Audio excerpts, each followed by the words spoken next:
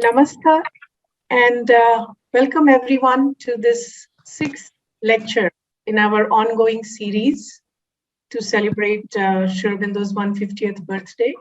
And the series is titled India, Our Mother. We are delighted to have a wonderful speaker with us today, Dr. Charan Singh Kedarkhandi, straight from the lap of Himalayas, who is going to share with us some thoughts on a very special and delightful and inspiring topic, Veer Rasa in Sri Aurobindo's Savitri. Interestingly, our current issue of Renaissance, Aurobharati's monthly e-journal, is dedicated to exploring the theme courage. As some of you may know, we are doing this special 12 issues in this year, focusing each month on one of the 12 attributes of the mother, the 12 qualities that the mother says are essential for full manifestation of her work. And right now we are at the theme courage. So this lecture's topic today fits perfectly with that theme. In one of his aphorisms, Sri Aurobindo has said, courage and love are the only indispensable virtues. Even if all the others are eclipsed or fall asleep, these two will save the soul alive. The mother, as we also know, has emphasized courage as a fundamentally essential quality that we must cultivate for walking on the sunlit path. In fact, emphatically said, our yoga is not for the cowards. So in many of Sri Aurobindo's poems, we see these great portrayals of courage, physical, moral, emotional, spiritual, courage, Daivik, and even Asuric, titanic.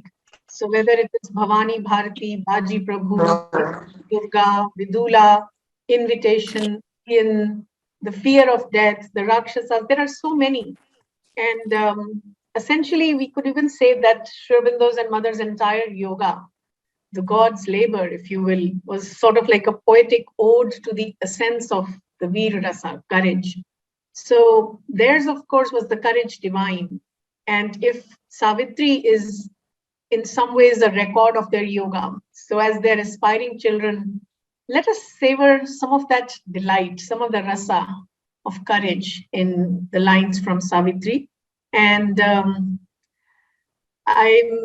this point, I want to invite my colleague Vishwajita to formally introduce our speaker of the day, and then we'll hear from him about Veer Rasa in Sri Aurobindo's Savitri. So Vishwajita, would you please introduce our speaker? Veluti. Living in the serene Himalayan region of Josimath, near the sacred temple of Badrinath, Dr. Charan Singh Kedarkhandi is a poet, thinker, and an avid seeker of Sri Aurobindo's path. In 2013, he completed his doctoral research on Sri Aurobindo's Savitri. He regularly contributes articles on different aspects of the vision and work of Sri Aurobindo and the Mother in various journals, including Renaissance, the e-journal of Aurobharati. In 2019, a collection of his 95 poems in Hindi, covering a wide range of his insights on life, nature, and spiritual quest, was published under the title Muka Vedana Ka Kala Jayi Kathanaka. Presently, Dr. Charan Singh works as assistant professor in English at the Government PG College in Josimath, Uttarakhand. He was instrumental in establishing the Sri Aurobindo Study Center in Josimath. He has been closely associated with the works of Sri Aurobindo Society in Uttar Pradesh and Uttarakhand, also serving as state secretary in the past. We are delighted to have Dr. Charan Singh with us today to share some thoughts on the topic Veera Rasa in Sri Aurobindo's Savitri. So please welcome Charan Singh ji. Thank you so much, Vishwajita ji. My infinite gratitude and pranams at the lotus feet of Sri Aurobindo and the Mother. May they bless us with their energy and insights, clarity and conviction in the next one hour. Because Savitri is an infinite adventure, and discussing about this poem, dealing with it, is akin to or tantamount to ascending an adventure, infinite adventure. Honorable Dr. Velu Mehraji, who is currently the heart and soul of Auro Bharti. I found her a very sincere child of the Divine Mother. She continues to fire and inspire me through her insights and writings and her involvement with the mother's work as a whole. Ravi Kanji and of course Vishwajita and many other children of the mother and lovers and aspirants of Savitri, Rasikas of Savitri across the country who are connected with us through different platforms. Before delving deeper into the poem and the topic, I would like to say you that let us remember that the whole of Sri Aurobindo's sadhana, as Dr. Mehra so touchingly pointed out, is a kind of spiritual adventure. It is not for the cowardly, it is for the hero warriors. Every aspect of its sadhana, because his and the Divine Mother's sadhana is for a new humanity, a new world order. They are not satisfied with what already has been achieved. They are not satisfied with the current conditions of the world, even the spiritual conditions of the world. They are not satisfied with what already has been achieved by humanity in the different walks of life. So for a new adventure, you need really hero warriors, courageous and men and women with titanic spirits and iron souls and iron resolutions, determinations, will, aspiration. You need a different metal indeed. Remember the prayer of the Divine Mother, where on behalf of the mother, the children are praying before the mother. I am reciting the prayer because for a task which is beyond one's lion, beyond one's ken, beyond one's capacity, it is necessary to invoke the power of the prayers or the power of the prayer. So all aspirants of the Divine Mother's path are invoking her blessings. Make of us the hero warriors we aspire to become. May we fight successfully the great battle of the future that is to be born. The interesting thing is that the Sri Aurobindo's word, Sri Aurobindo's sadhana is for the sadhana of the future, for the coming man, for the coming world, for a better and a brighter tomorrow, which is yet to be born. And because that is yet to be born, therein lies the beauty of adventure. The great battle, mark the word. May we fight successfully the great battle of the future that is to be born. And another resistance comes from the past, which continuously lingers. So children, hero warriors or aspirants of heroism are invoking also mother's force for fighting with the dead past, against the past that seeks to endure. May neither our present nor our past hamper, impinge on our journey, so that new things may manifest. New things. Only when you are completely uninfluenced by the karmas, by the sanskars, by the impressions, by the prejudgments of your past, can the new things manifest. When your Aadhaar is ready, so that the new things may manifest and we may be ready to receive them. Many things are coming. There is light everywhere. Heaven's call is rare, but rarer the heart that heeds. Still on this earth, the seekers, the genuine sadhaks, the genuine rashika of the divine delight are very few, very hard to find. Another thing, which is through Sri Aurobindo's poem Invitation, again look how he is inviting the hero warriors through his words. Generally, we lure people for an invitation. We say flowery things with sugar-coated words, this and that. I have this thing for you, I have that thing for you. You will enjoy, you will delight, you will dance, you will prance. Generally, we throw these lures. But look, Sri Aurobindo is forewarning the future recipients of this invitation that you need to be very strong. You need to be strong enough to take on death, disaster, tempests, mountain, fountains. How beautifully he invites hero warriors through his mantric poetry, through his beautiful and loving poetry, poem, invitation, which he penned in Alipur jail.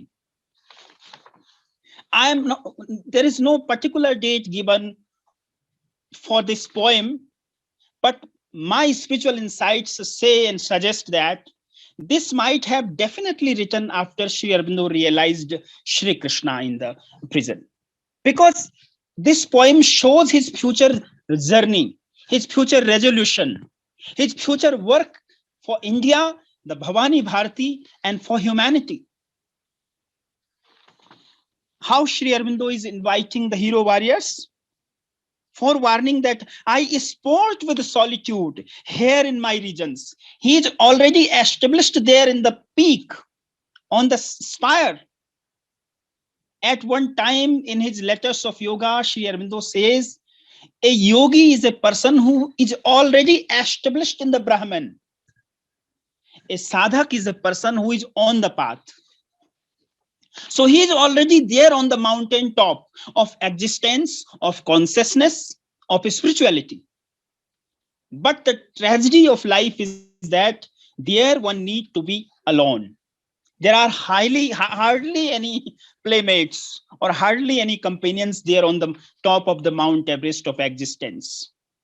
I sport with solitude. So the first warning is that you will be feeling and finding yourself alone whenever you think of mounting and summiting higher things in life. There are many who are there for the primrose path, for food, for fat, for fashion, for passion, for calming down your banal desires, for sexual lust. All these things are, the whole market is open for them. And there is always infinite crowd in the market of materiality.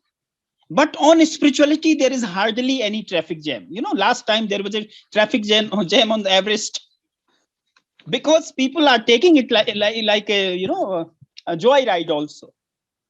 But on the Mount Everest of existence, there is hardly any rush because again the reason is same. Heaven's call is rare, rarer the heart that heeds. There are so many things that are needed for spiritual ascent. Our capacities are limited. Only when eternity takes time by the hand, only when infinity wets the finished thought, can man be free and live with God. Sri Aurobindo himself suggests in Savitri. Only when eternity takes time by the hand, only when there is a hand holding by the divine of the seeker, can the sadhana, the ascent, the journey, the adventure is possible. So he is forewarning. I sport with solitude here in my regions. Of misadventure have made me a friend. And misadventure is so common now that he seems to be my friend. It seems that misadventure is the adventure. Misfortune is my fortune now. I am ready to live with misfortune. Misfortune is so common now on this path, zigzag rather, that I take it as a very commonplace incident. I take misfortune as my friend. It is so common now. And then who would live largely? Who would live freely? Again, there is an invitation. When you are beyond joy and sorrow, you are living largely. In another place, Bride of the Fire, Sri Aurobindo says, I have sacrificed longing and parted from grief. I can bear thy delight. Only when you are parted from grief, sorrow, the sukh dukha samay kritva labha labho jayo jaya, that chetana of sthita pragya, pointed out by Lord Shri Krishna in Bhagavad Gita. If I have a strong attraction for joy, I will be equally dejected and dissatisfied with sorrow in life. So there is always some pull and some attraction of the joy, and equal pull, equal repulsion, or equal blow of sorrow in life. It is necessary to transcend these two imposters, according to the poet Rudyard Kipling. Meet these two imposters with equal spirit. Triumph and disaster, he talks about that. So invitation there is, who would live largely, who would live freely, here in the wind-swept uplands ascent. There are no calm joys here. There is no breeze here. There are blasts and blizzards here. You need to take these things into account before making your mind for the journey. And look, the remaining lines: I am the Lord of tempest and mountain. I am the Lord of tempest and mountain. I am the spirit of freedom and pride.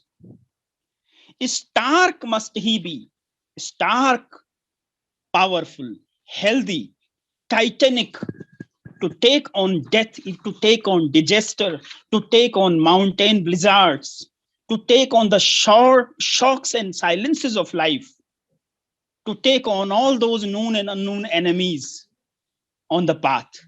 Stark must he be, and a kinsman to danger.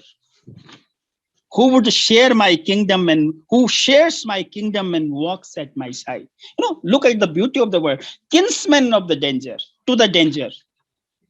So before planning to start the journey, before making up one's mind, one need to take into account all these forewarnings by the Mahayogi. And once that decision is taken, only then can one move safely. Then there are, of course, the inner lamps are there needed: faith, sincerity, and surrender. The three inner lamps, Antardeep, which will help you through the journey. Grace is needed. At every moment, the realization of God in the heart is needed.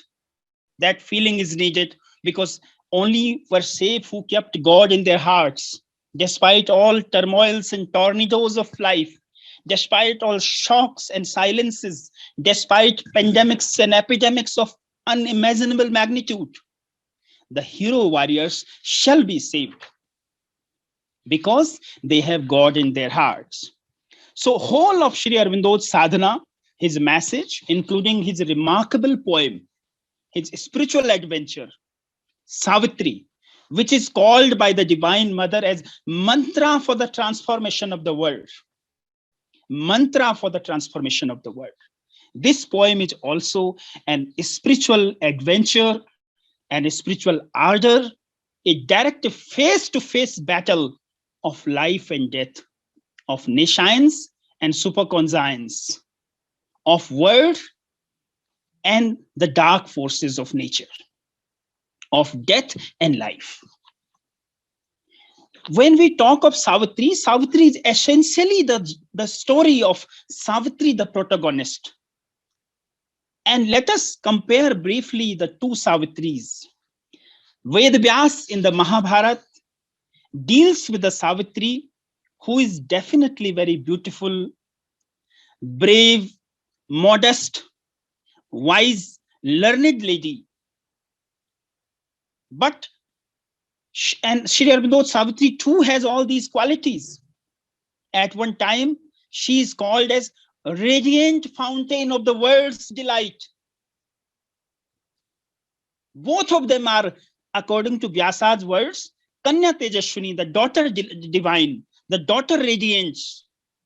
Both of them are Kanya Tejashwinis. But the difference in Sri Aurobindo Savitri is that Sri Aurobindo Savitri is not submissive. She is not meek. She does not give in the moment death says that women weep and forget. Go back to your earth. Don't think of transforming the world. Just okay. And then he throws another lure that enjoy heaven with Satyavan. Just forget this world. Forget these people. Why are you bothering to these pygmy people who are always, tangled and entangled in their own small pettinesses? Why are you thinking so much about this? But see what she says: earth cannot flower if lonely I return. Satyavan is the representative of man's soul. And I have virtually taken the charge of this whole earth. I am the deputy of the aspiring world. At one time, Savitri is defined as deputy of the aspiring world. Aspiring for what? Aspiring for immortal life, aspiring for heaven on earth, aspiring for victory of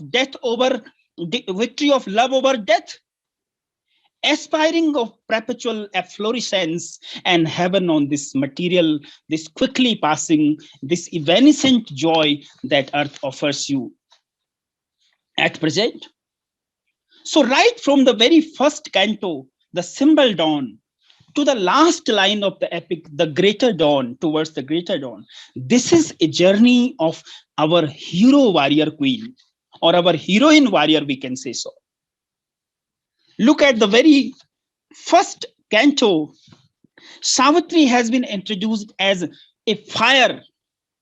Of late, the fire word has been very popular because of the Pushpa movie. Many people are making memes on it. Fire samjha hai, I'm not flower, I'm fire. Savitri is already a fire there, a spiritual fire, a fire that burns, a fire that turns this earth from what it is at present to a supreme blowing and glowing bowl of aspiration. A fire on page number 7, a fire has come and touched men's heart and gone. A few have caught a flame and risen to greater life. Too unlike the world, she came to help and save. Look, the very mission of Savitri is being deciphered by Sri Aurobindo in the very beginning of the canto. The real work and mission of Savitri is to help and to save. Unlike the world, what is the world's condition? What is the world's character? It is always a wonderful tale of misery, of destitution, of pain, of privation, of hunger, of rancor. It is as if all the 8 billion people are, paupers when it comes to higher things. They are always helpless, always craving, always clinging, always crying, always complaining about life. So what can we beggars offer to the world? But unlike the world is always in need. The world always is craving for help, for extended bow, for extended hand of nature. But Savitri's mission is there. She has already have many things. So her proud mission is to help and to give, to save, to live with grief, to confront death on her road. This is being explained on the very first canto of the book. She will definitely confront her death on her road. The time to come for Savitri is not a primrose path. It is going to be an ordeal, a baptism of fire by fire. So these things are being very clearly explained.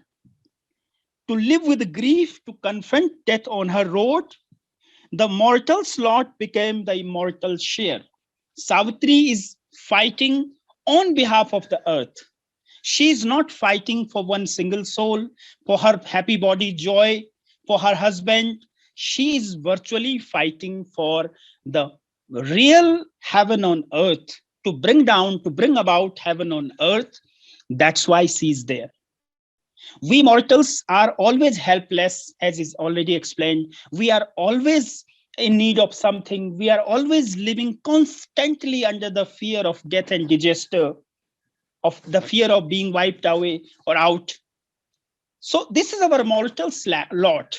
We are always facing the fiends and the blows and the throes of death and disaster and disease. Look how miserable the world seems for the last 3 years.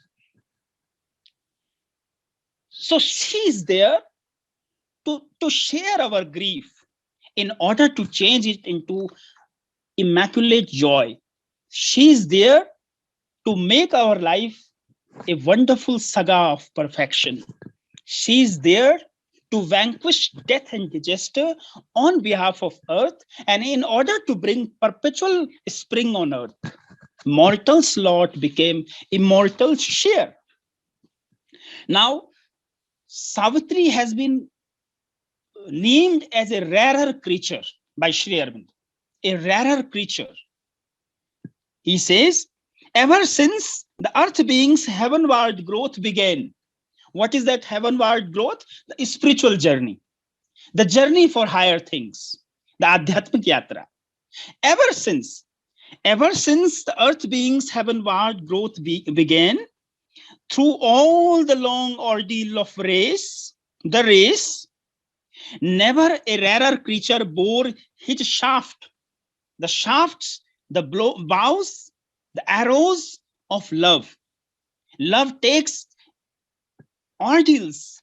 One has to be fit instrument in order to be a perfect vehicle of love. So never a rarer creature bore his shaft, that burning test of Godhead in our parts. Burning, she has given that Agni Pariksha. That's why she is living under constant calm. Even at the time when Satyavan is dying, she is relaxed and calm. Nothing can hamper her. Nothing can, swerve her. Nothing can frighten her. Not even Yama, the god of death. And on the very first day, because the canto is set in such a way, the symbol dawn is the day when Satyavan has to die. And Sri Aurobindo says it is necessary for him to die. So Satyavan must die. He has used the word must. So Satyavan is going to die this day, and Savitri has this knowledge. But still, she's unperturbed, unruffled. Look how silently she's taking on these things. Despite being here, despite assuming and accepting our mortality, Savitri is a brilliant glass. At one time, Sri Aurobindo says her priestess of immaculate ecstasies. Generally, our joys are filled with sorrow, or the fear of sorrow, or the loss of good time, loss of spring. We never enjoy our spring completely. We never really enjoy our good time fully, because the fear of losing that good time, that euphoria, constantly haunts us, our consciousness. This is not the case with Savitri. She is the goddess of immaculate ecstasies. With her are all the secrets of faultless joy, unmixed joy. When Sri Aurobindo and the mother say repeatedly in the prayers and meditation and elsewhere, they talk about the immaculate joys, ecstasies. And in fact, ecstasy and rapture, beatitude, bliss are the words most often repeated in Savitri, because it is the book of ecstasy. It is going to be a book of human beings' ecstasy, our common and collective heaven. So Savitri is unruffled. Savitri is undisturbed. She's a brilliant glass. Although she leaned to bear the human load, page number 16, her walk kept her still the measures of the gods. The way she is walking, the way she is behaving, the way she is showing the attitude and confidence, that shows that she is one of the gods. There is hardly any losing of confidence. There is hardly any glint or any glimpse of her losing confidence. She did not express her war to anybody, including her in-laws, because she knew they have nothing to do with this work, this divinely charged, at some time in the book of fate, Sri Aurobindo says sometimes one life is charged with the fate of the earth. Savitri is not living for herself. She's on behalf of God. She has been given the proud mission to sustain, to succor, to save this whole world. So her mission is totally alone. And the great are strongest when they stand alone. That is the proud mission of Savitri. She is the greatest when she is alone and fighting alone. Her walk kept still the measures of the gods. Earth's breath, generally everything what comes here is, smeared by us through our impurities, through our imperfections. We stain even the most beautiful thing in a second, in a jiffy. But Earth's breath hadn't failed to stain that brilliant glass. Despite living in the world, despite living with the people with common and average thinking and ideologies and ideas and consciousness, Earth is not able to stain that brilliant glass. She is as she was, proud, bold, valiant, vivacious, and beautiful Savitri, ready to take on death, ready to bring about perpetual heaven on earth. So Earth's breath had failed to stain that brilliant glass, unsmeared with the dust of our mortal atmosphere. It still reflected heaven's spiritual joy. She is living with human beings. She is living on earth where people are always complaining, where people are always living under the constant sense of dissatisfaction and desire and dejections. But still she's exhibiting that spiritual joy, which is her innate nature. At one time, Sri Aurobindo says she's here not for herself, but for the world. He begins the third canto with the line, "A world's desire compelled her mortal birth." A world's desire. And what is that desire about? Again, the desire about immortality, infinite love, infinite bliss, infinite ananda, infinite peace, infinite perfection. That is the world's desire. These are the things we are continuously longing, even after every period of doubt and banishment, according to the beginning lines of the Life Divine by Sri Aurobindo. What are our constant preoccupations? Truth, freedom, light, immortality. So immortality is also one of the things Savitri is longing for and fighting for. These are our constant preoccupations. They return after every banishment, after every exilement, whether physical or spiritual. They are there in the human chetna, human consciousness, deeply steeped and rooted. Dear friends, then we are moving forward our journey. At one time, Savitri's power has been discussed and debated as the spirit's alchemist energy. We all know what is the work and job of an alchemist. In simpler words, alchemist is a person who turns and transforms baser coins, baser metals into gold. Here, alchemist is like guru who is transforming rude and crude and unregenerated material in the form of seekers to perfect spiritual individuals. So Savitri's force is infinite. She can take on not only death and time and fate, but she can also change time's dragon base. In the book of the Divine Mother, one of the powers of Savitri that she is having is she is full of the energy to change time's dragon base. According to Indian mythology, the world is stated, it is based on the hood of Sheshnag. That is time's dragon base. Alone her hands can change time's dragon base. What does it show? The mother or Savitri, our holy and hero warrior, has that potential, that spiritual power to change the very course of earth and humanity. She alone, her hands can change time's dragon base. Hers is the mystery the night conceals. The mystery that this long journey of nescience, this long journey, this long night of,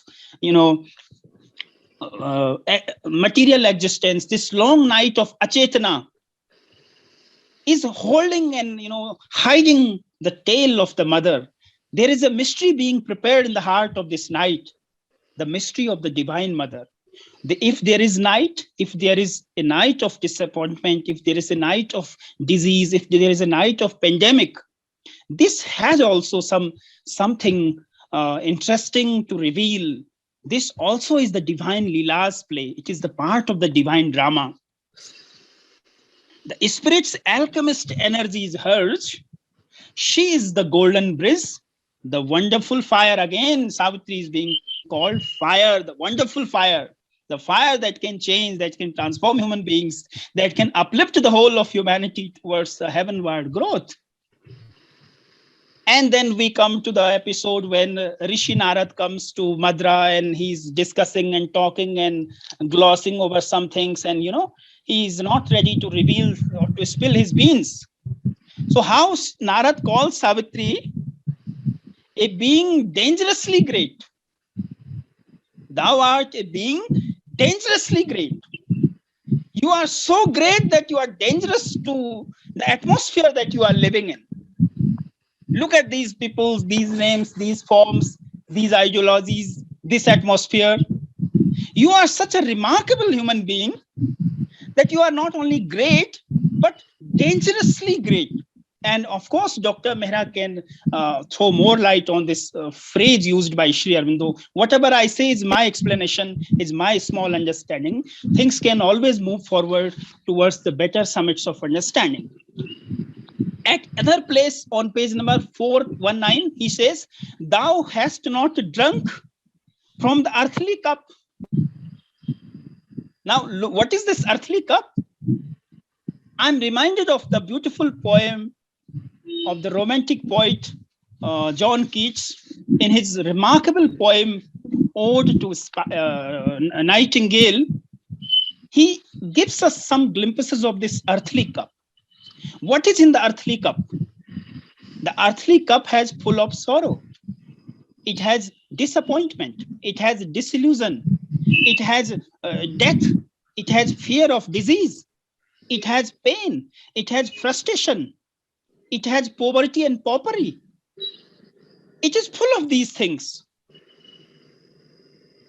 And that's why Keats, in that beautiful poem, longs to ascend this world, fade far away and dissolve and quite forget what thou among the leaves hast never known, the weariness, the fever, the fret.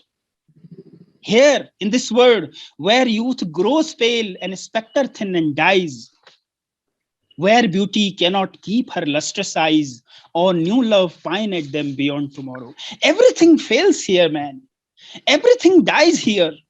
There is no joy. Look at these smiling faces and look also the joy, the pain, the suffering, the sense of disillusionment, the deep vacuum that they are hiding behind these smiling faces on social media. There is no joy. Our tale is a tale of hollowness. Our tale is a tale of dissatisfaction. Look at the dying man. Look at the dying person. Even a billionaire, he's dying with a deep sense of meaninglessness, as if he has not lived the life, as if life totally missed him, as if the real joy has not been glimpsed even for a second. This is the tale of the earthly cup.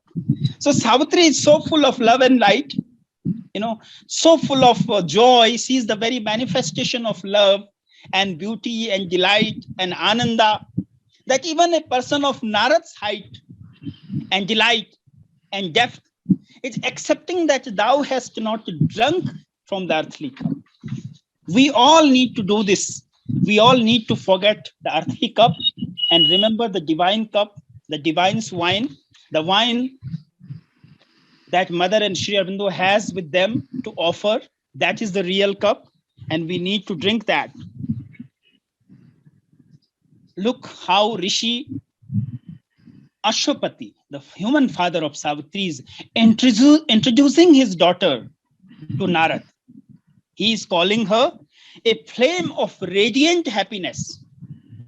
A flame of radiant happiness. Page number 423.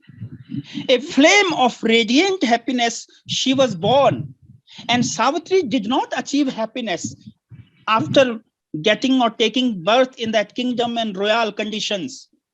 With happiness, joy, peace, and perfections, these things are her innate rights. These are the things she is born with. A flame of happiness. Again, there is a flame. Again, there is a fire. A flame of happiness, what she bore. And surely will that flame set earth alight. Look at the confidence, look at the prophecy in the words of Aswapati. He's calling, surely that flame is going to alight the earth. This dark, this dolorous, this dangerous, this deeply dejected earth shall be lighted by the flame that Savitri is. He's using the word surely. He's dead sure about the future and fate of Savitri. And look at this line. Surely, doom surely will see her pass and say no words. Doom surely see her pass and say no word. Even death has not the courage and tenacity to take on Savitri, to discuss with Savitri. Doom will notice her. Annihilation will notice her. Disasters will come and pass close by to her, but will or shall utter not a single word.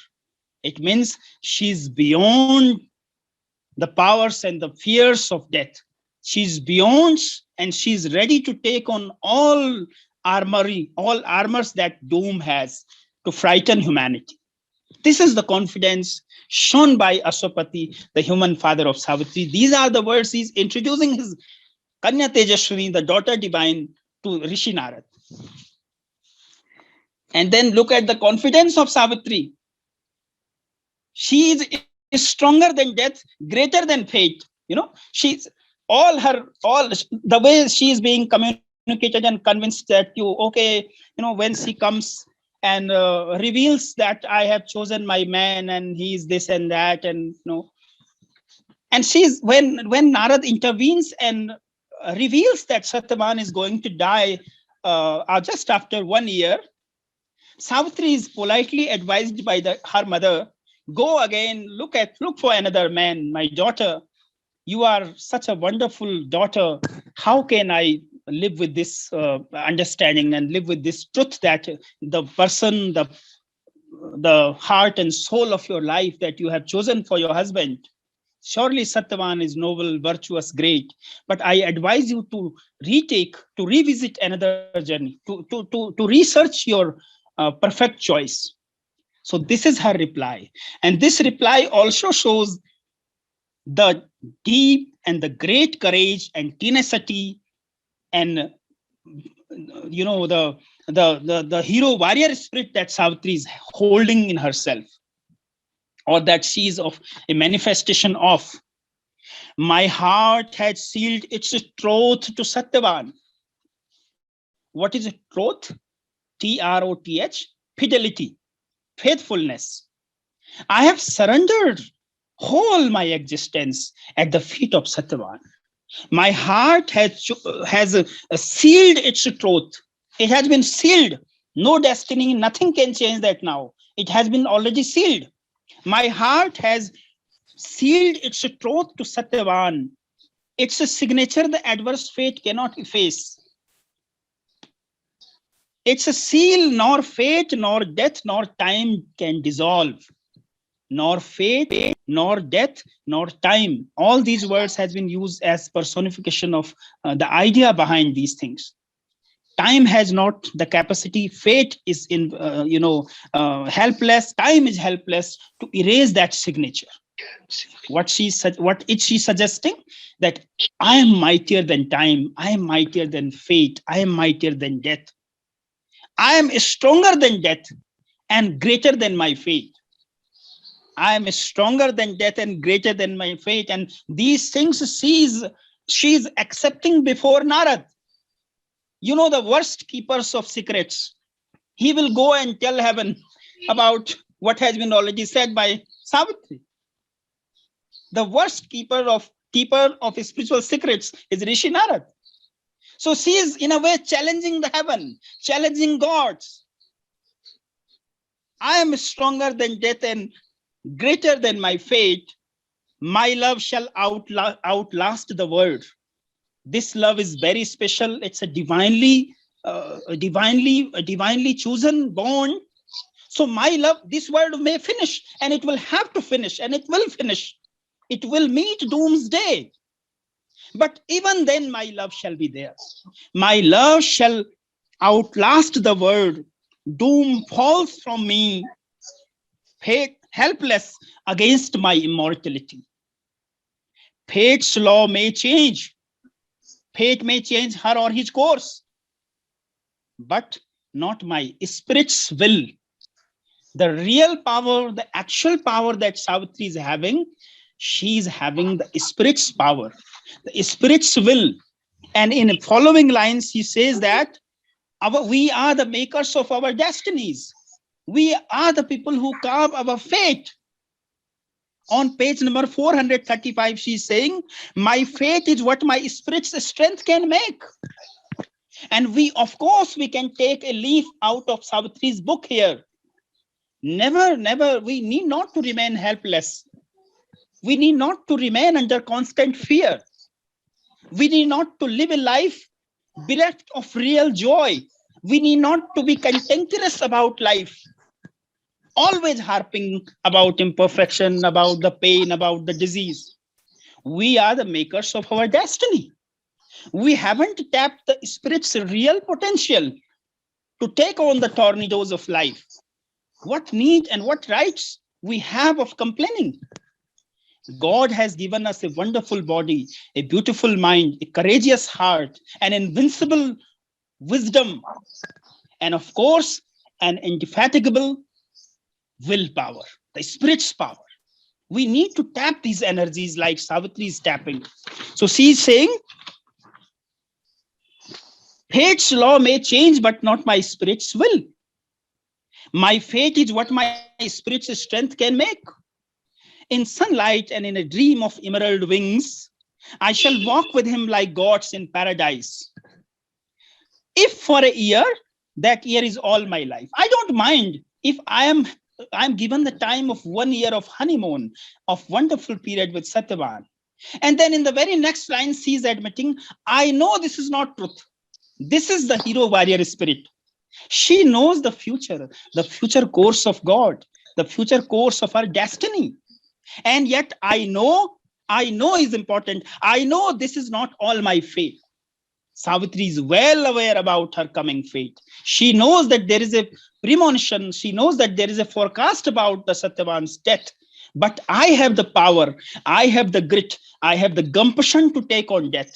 I will change this course of destiny. And this should be resolutions, dear friends, of all of us to take the hostile weather, the hostile incidents, the episodes of our lives, that we need to harbor the same belief also. When the hour of Satyavan's death comes, what does Yam say? He says, go away, woman. You are a small creature. And before that, Satyavan is saying one very remarkable thing. He has got the déjà vu that he's going to die. There is an acute pain in his whole body, as if the axe is being stricken on his own body than on the wood. But he says, again, he knows the warrior that Savitri is, perhaps because thou touchest, death may pass. Perhaps I can evade death. Perhaps I can outwit death because you have touched me. So come close by, kiss me, touch me, take me into thy bosom. Perhaps you have that power, Savitri. Perhaps because thou touchest, death may pass. And when death happens, or when Satyavan is silenced and fallen on the ground, look at the courage of Savitri. What generally an ordinary woman will make, move earth and heaven. She will cry a lot, and she will weep a lot, and she will shout and, make a scene and a spectacle out of this. But what is the reaction of Savitri? Griefless and strong, she waited like the gods. Griefless, even at the death of her husband, she knows that this is a passing phase.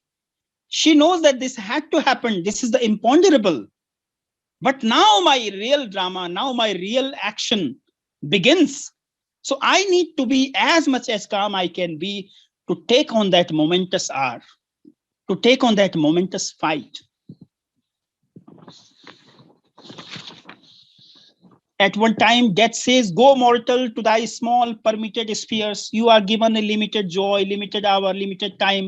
Go enjoy there. Don't try to transcend that earthly limitations. Don't try to bring down heaven on earth." What does Savitri say? She says, world spirit. Now she's the Vishwatma. Now she's the Dhara Chetana, the earth consciousness, and she's speaking on behalf of the earth.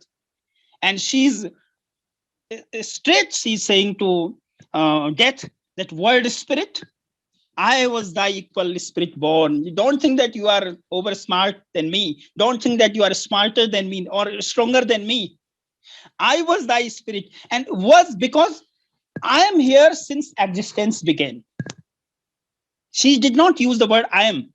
I was born with this infinite energy, inexhaustible courage, world spirit. I am here as a world spirit, as a Vishwatma, to succor and to save and to shape this world, as a mother fondles and cares for her children or her child. I am immortal in my mortality. Beautiful line. I am immortal in my mortality. I may seem immortal, a helpless woman, but I know I am not. I am immortal in my mortality. This should be our realization also. This should be our exhortation also. This should be our experience also. This should be our day-to-day prayer also, conviction also, spiritual understanding also, that we are immortals in our mortality. So with this, because I have some many things to say, but I think the clock is ticking and it's time to wind up. I leave it back to Dr. Banerjee. Thank you.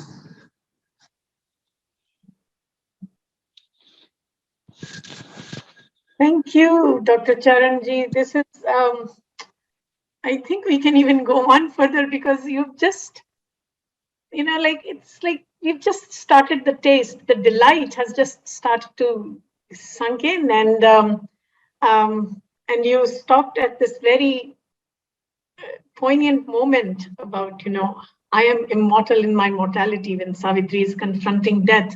And then again, as we know, the story continues, her courage, her might. In fact, just a few days back, I was reading these lines from book 11, where she says, and I just, I thought of our upcoming session as I read this, that the power, the might, the courage that comes when she says to the God, when the God tempts her to stay back in the heaven with Savitri, and she says, I claim thee for the world that thou hast made.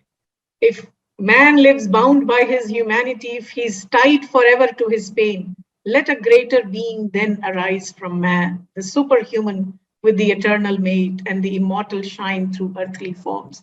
And even before that, when she kind of challenges the divine and says, if thou and I are true, the world is true. Although thou hide thyself behind thy works, to be is not a senseless paradox. So although thou hide behind thy works, I am not hiding myself. I am here, going back to the earth, wanting to do the work. So this kind of courage divine, this, strength, this spiritual courage. I was just so delighted, Dr. Charan Singh, when you said that, when we were discussing this, topic for your talk, that when you chose this theme, Veer Ras in Sri Aurobindo's Savitri, and I think our viewers would also probably agree that you have just so beautifully captured, and through various examples, right from her birth to her confrontation with the Yama, and maybe we'll have you back for the sequel to this, where you can continue this further. But at this point, let me see if there are any comments or questions from any of our participants. Very wonderful speech. Thank you. Thank you so much. And I think maybe you may remember one of your articles that was published in Renaissance a couple of years back on women's empowerment in Savitri. And there also you've given a few examples, but this was, even much more in depth than that. So thank you so much. Thank you. Okay, there is another. Thank you very much for the great sense of intellectual share Dr. Pradeep is sharing. I would just like to add on to Dr. Pradeep's that I felt it was not only an intellectual sharing, but as well it was like a force. I'm really grateful to Charan Singh ji and for being a carrier of this force. And, All sure. gratitude to the mother. Thank you, Sweta ji. Thank you. I don't know about this reference that you made to the film Pushpa and the fire analogy at the beginning, but it's interesting if popular culture is picking up on this. That how the I was referring to that was one famous line just ki Pushpa naam hai to flower samjhe kya. I'm not a flower, I'm a fire. So I was just referring to that point that has taken attraction in the society. Yes. I was not aware of that, but that's very interesting. That yes, the name. I just I made a few comments here just for myself. Like when we are reading Savitri, sometimes it's just so easy to not pay attention to the deeper significance for why Sri Aurobindo put in certain words. And it's no wonder, as like how many versions he wrote from Baroda days to 1950. The word that you pointed out, stark must he be. Actually, this is not Savitri. We are talking about the poem Invitation. But even in Correct. that poem, stark must he be. But even in Savitri, earth cannot flower if I return alone.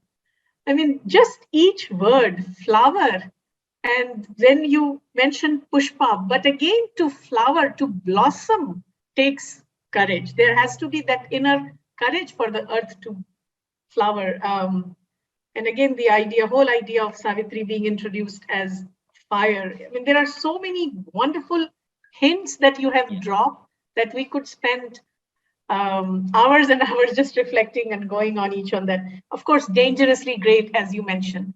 I mean, like Sri Aurobindo, the dangerous man that the British pointed out. And just behind you, I'm seeing Bande Mataram. So connection was so beautifully made.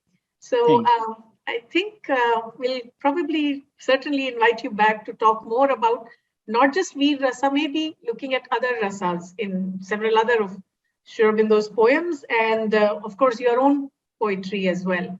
So at this point, I think if there are no more comments or questions, I would like to